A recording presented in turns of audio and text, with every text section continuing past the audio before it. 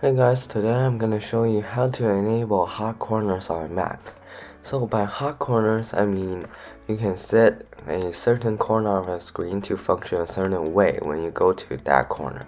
So for this corner, for example, I have my launchpad.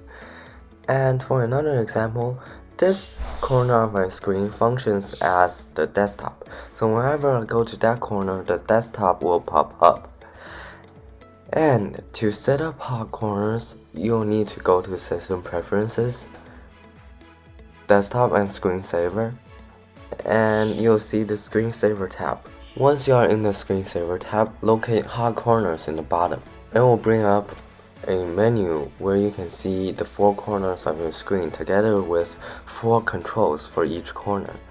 And here you can select the specific option you want for each corner.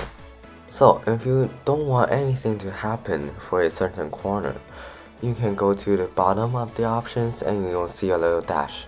That's where you select the corner as nothing. So once you are done setting up, you can click OK, and now your hot corner should be ready to go. So that effectively wraps up today's video, and thanks for watching. I'll see you in the next one. Peace.